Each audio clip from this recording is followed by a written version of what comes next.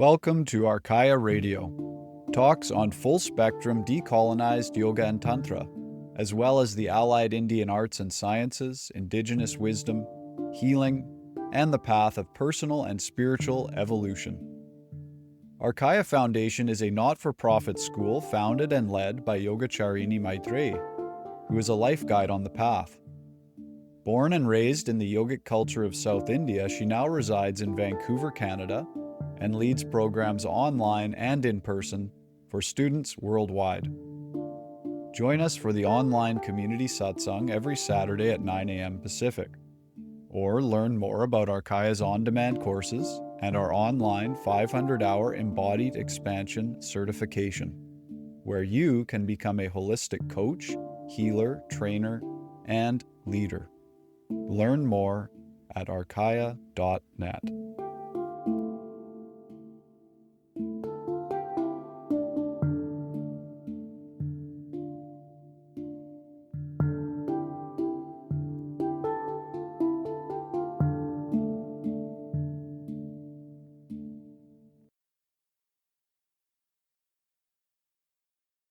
Everyone, good morning. Happy Valentine's. Today we'll start off with the Padma Mudra. Padma is for the heart. And this mudra is like Padma is the lotus. So we're spreading our fingers, but our thumbs and our little fingers are touching. So you can place this Padma at the heart center.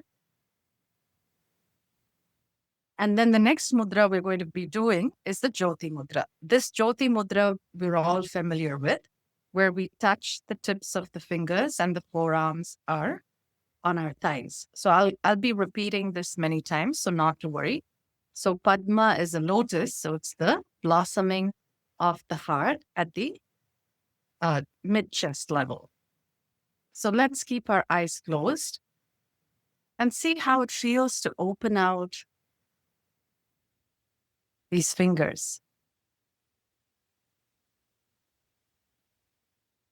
Just be present to the sensations. I can see some new faces. Welcome, everyone. And you can welcome yourself to the space.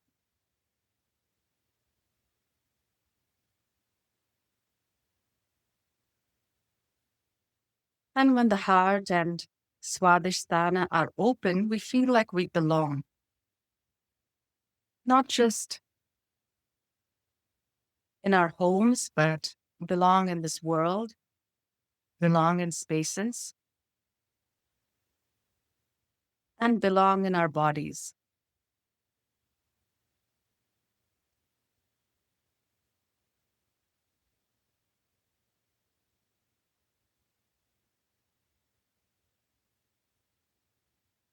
And this is not to say that just because we belong, we don't see the dysfunctionalities or the shadow,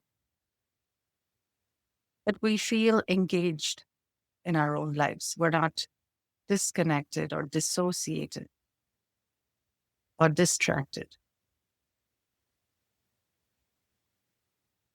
Let's take 3 deep breaths to that, to being engaged, being involved. Breathe in.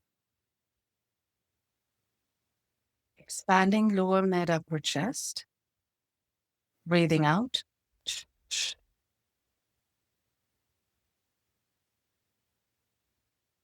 Breathing in. Expanding lower mid upper chest. And release.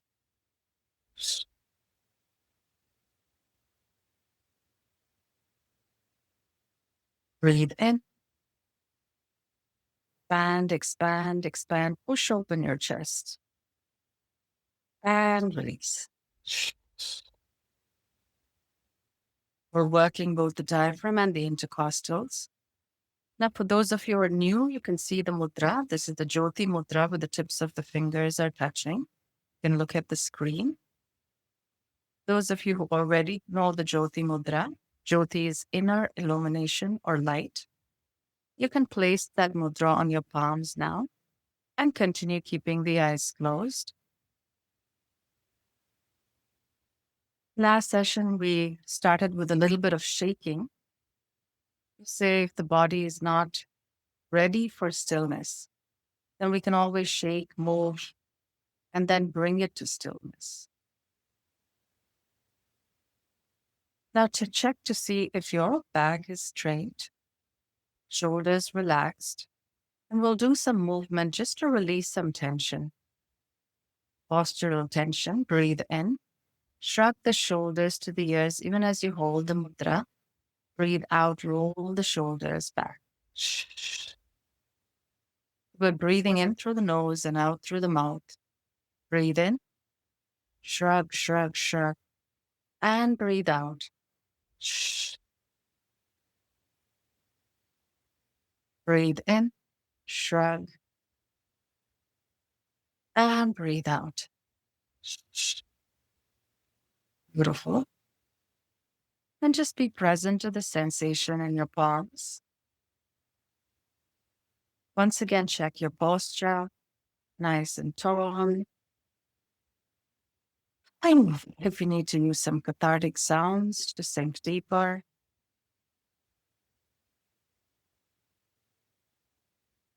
And let's remember what Patanjali said about asana. Sthiram or sukham. Sthiram, stability, firmness. Create safety. And sukham, ease that leads to joy or comfort. So we want the polarity of both. This beautiful firmness and stability in the body, as well as ease. Not a rigidity, not a sloppiness. So let's sit with that. How or what does it mean to have that ease-filled, joy-filled firmness and stability in the body?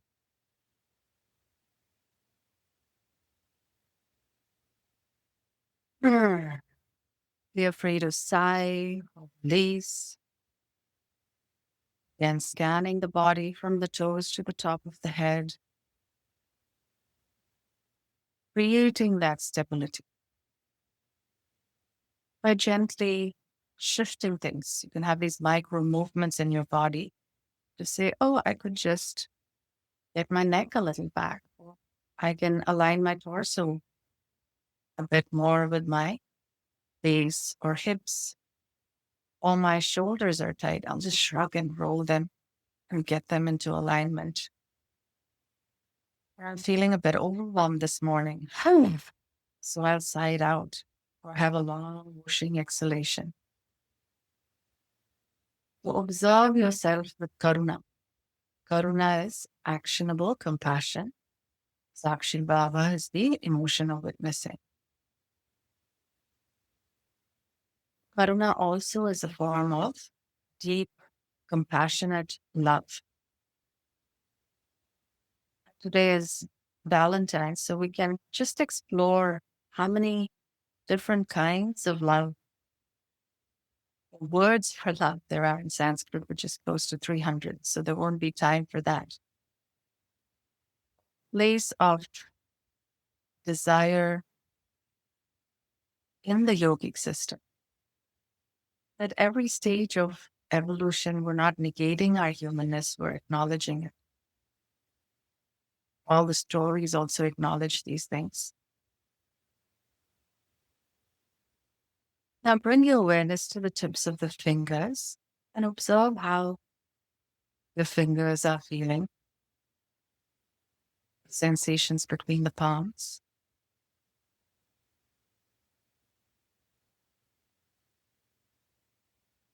This activates, realigns the Pancha Mahabhuta, Pancha 5 Mahagreat Bhuta elements, earth, water, fire, air, and space,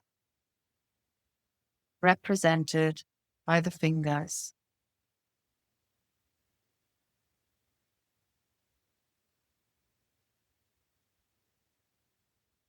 Now visualize the Shiva Stambha, Shiva is consciousness, light, auspiciousness, change for the better. You could also call him destruction, but I like change for the better. Have to get rid of the old, create new. Visualize a pillar of light moving through you, surrounding you. On top, it goes into the sky, into heavens, bottom into Mother Earth, into infinity. So there's an infinite pillar of light and consciousness that we're part of. Just stay with this feeling or visual or sensation.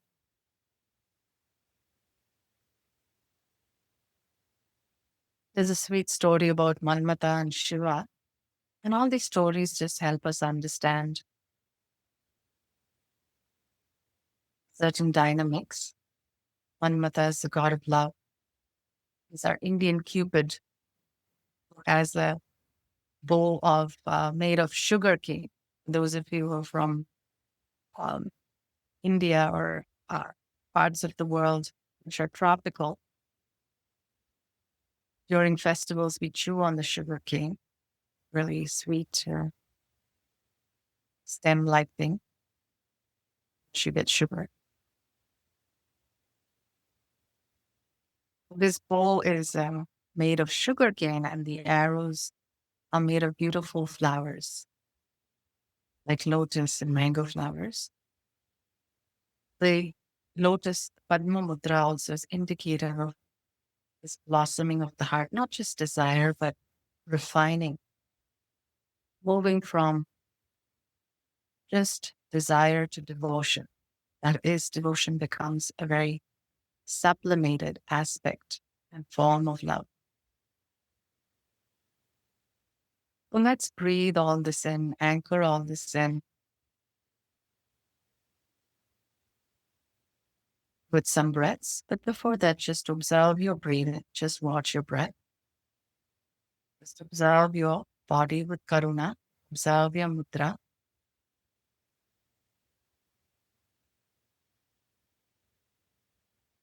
Karuna is actionable compassion.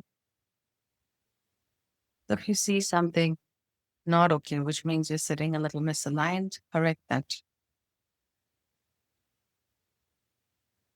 Not just compassion, but doing something to alleviate our suffering or the suffering of others. Be present. Be present to the Shiva Stamba, pillar of light, and let's anchor all these dimensions of our existence with 3 deep Mahat Yoga Pranayama. Breathe in, lower, mid, upper chest, front, side, back. Breathe out.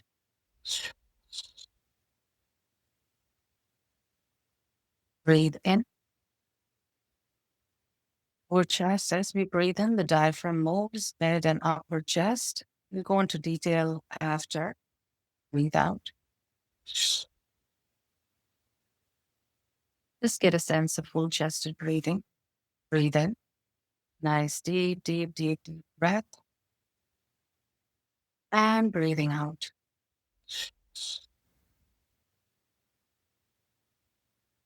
And take a moment here to integrate all of this. Body, emotion, energy, breath, mind are working in alignment with the divine or with a higher consciousness, whatever word suits you.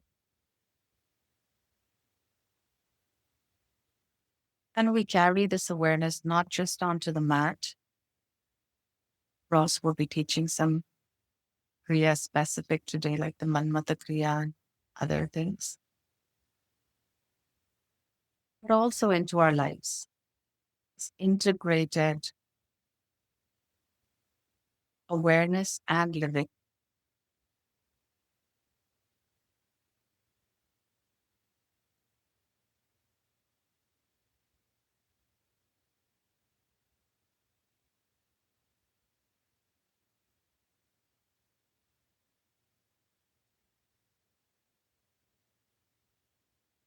We're going to take a minute in silence, being present to all these dimensions or fields, bodies, different dimensions of our existence. Just take a few moments in silence.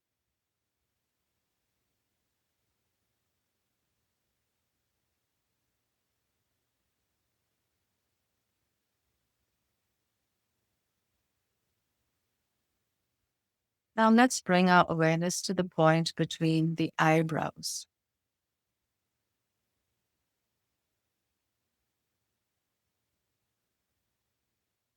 Very gentle focus. And in the story with Shiva and Manmatha, I'll go in depth later. He opens his third eye, which is symbolic for opening our discernment, our focus, not getting trapped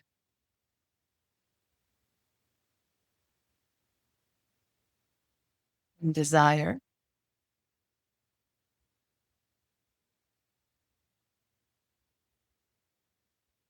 So let there be a gentle focus on the point between the eyebrows.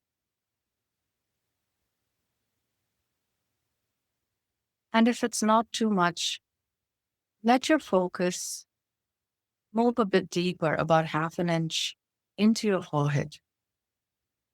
Sometimes people may have resistance or may get a slight headachy feeling. Then don't force it. Let it be a soft awareness. We're so used to having our awareness outside. How does it feel to bring that awareness inside, especially focused on the forehead?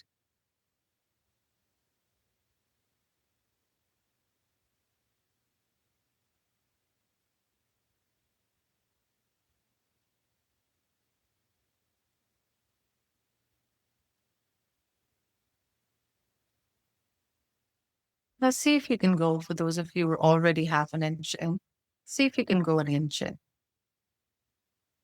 and stay there for a moment. And again, if it's too much, please don't do it. Stay on the surface, that's good enough.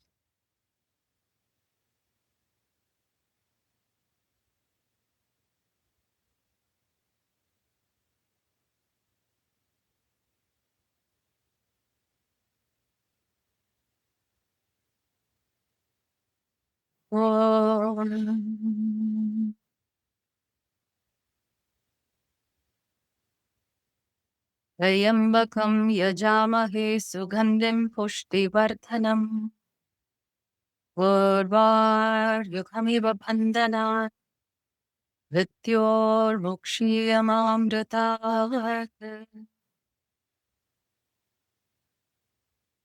Om.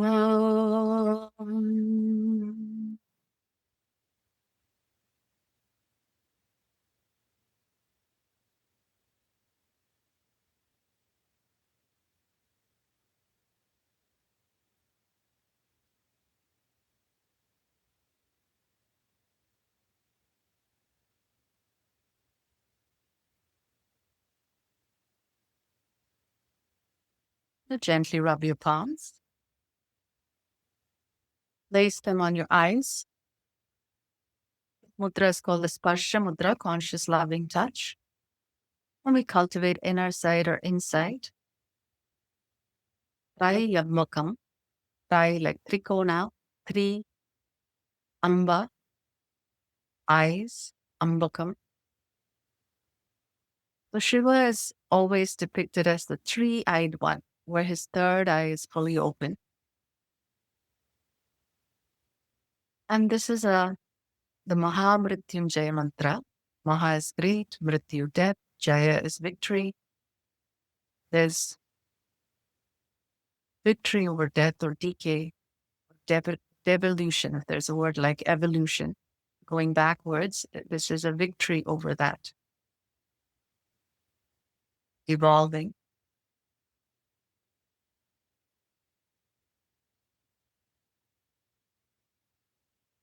Continue to be present to your body.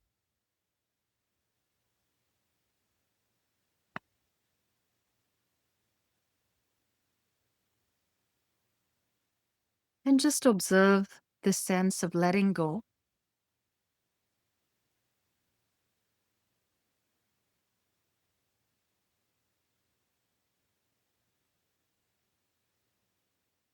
This constant rebirthing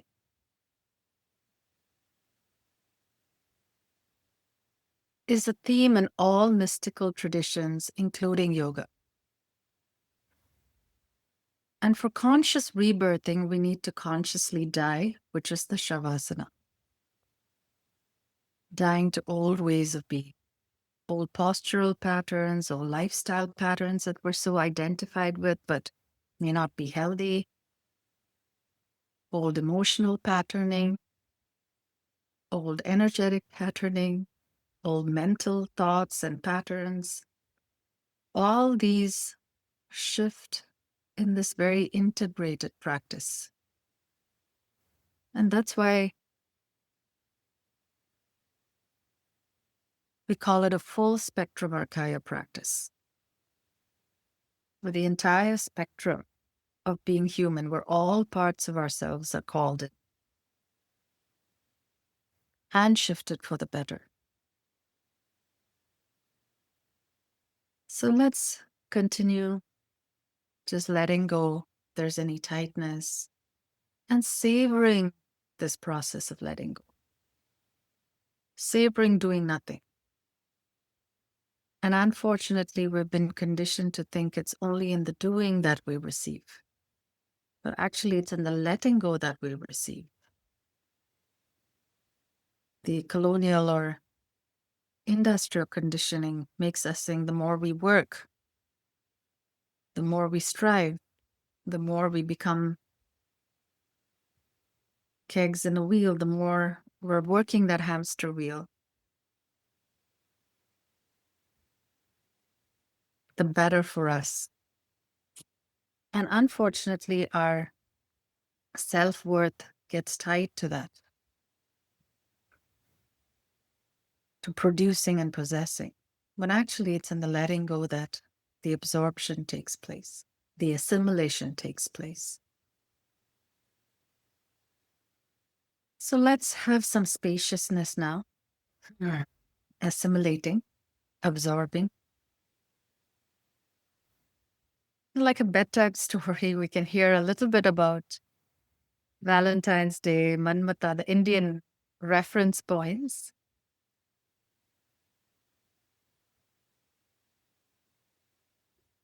As many of you know, Valentine's Day is named after not one Saint Valentine, but at least 3 of them are listed in history, were martyred on Feb 14th. But even before that, as the church did, it appropriates a lot of so-called pagan religions.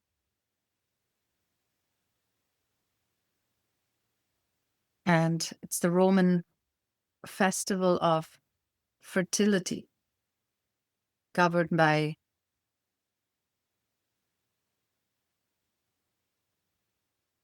spring and Juno and all the gods of fertility.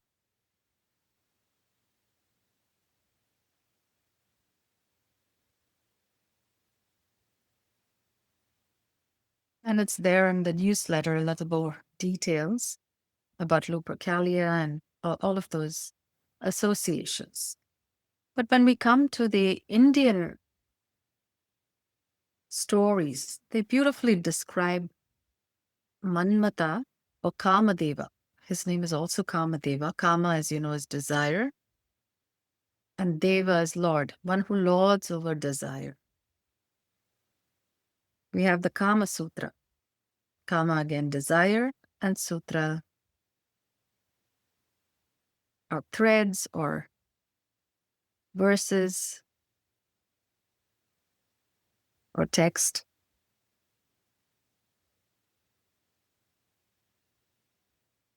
And Man is not like Buddhi, the higher intellectual mind, but the mind connected to emotions and the heart.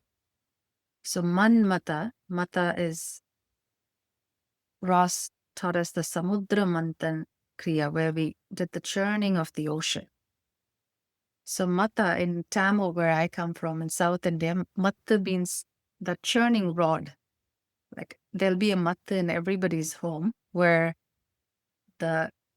either the buttermilk is churned with that rod. Those days everything was manual. Or even for cooking something, you want to like have it mix well, then you use that matha. And you hold it on top and you just churn it with bringing that rod between your palms. So man is that emotional mind and Mata is churning. So one who churns the heart, one who churns the emotional mind is Manmatha. He's also called Panchabhana. So Panchabhana means Pancha is 5. As you know, the koshas, we have the Pancha kosha, the 5 bodies and 5 dimensions we exist in. Pancha Mahabhuta, the 5 great elements. And Panchabhana means he has 5 different kinds of arrows for each to awaken each of the senses. The 5 senses. And desire erupts through these 5 senses. And that's why he's depicted with a bowl made of sugarcane, and the string is made of bees. It's like bees go after the honey.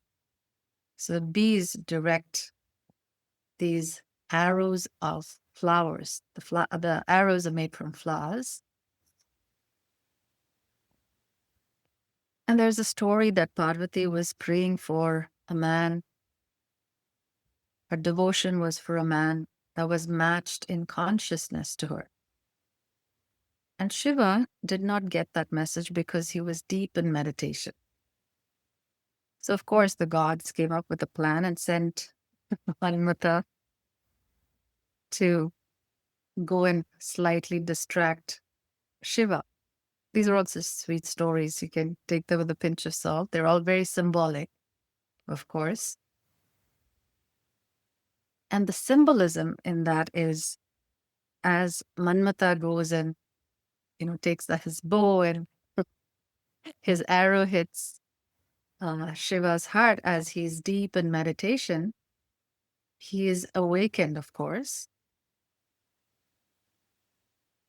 And in that awakening, there is a momentary desire for union with the divine feminine.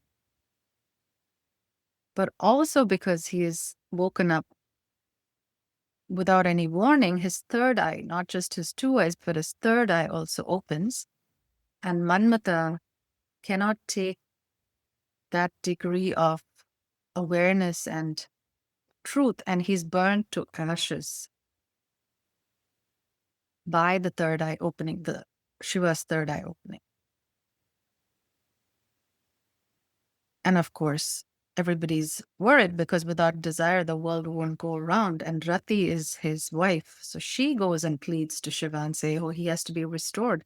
Otherwise, the world won't function. And he is resurrected as ananga, which means he has no form. Ananga, one without form. So it's interesting to see how desire is purified by Shiva's third eye into the formless, or a state of bodiless or non-sensory love. So it's an interesting transformation. And a good reminder for us to say that we don't have to negate any desires, but we're constantly acknowledging, embracing, transforming, purifying, sublimating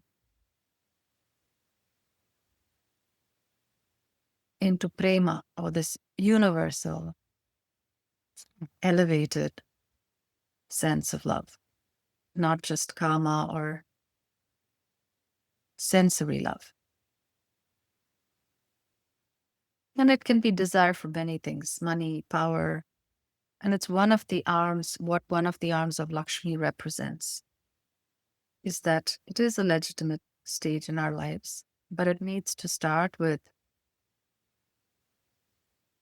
understanding what our dharma is. Dharma, artha, kama, moksha are her four hands. They're represented by Lakshmi's four hands. Dharma is living in harmony, doing our duty, or it's translated as duty, but it's much more than duty. Living in alignment with our purpose on earth, be it whatever roles we play, that purpose shines through, be it that of a father, manager, etc. Artha is this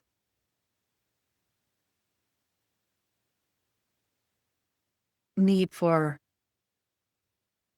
material prosperity, kama, desire, and moksha, liberation. So we attain artha and kama in alignment with dharma, and then we even learn to transcend that. So this is a little gist of what we're discussing today.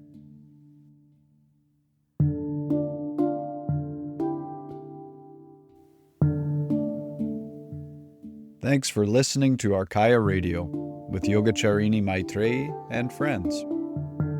Don't forget to join us live online from anywhere in the world for the Archaya Community Satsangh every Saturday at 9 a.m. Pacific. Connect with us and learn more about our on-demand courses and the live online Embodied Expansion certification. Visit archaya.net or find Archaya Foundation on Instagram and Facebook.